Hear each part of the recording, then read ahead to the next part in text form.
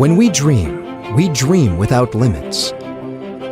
And when we design, aren't we dreaming of a better reality? What if design had no limits?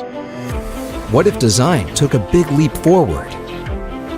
And you could create in the context of what actually is.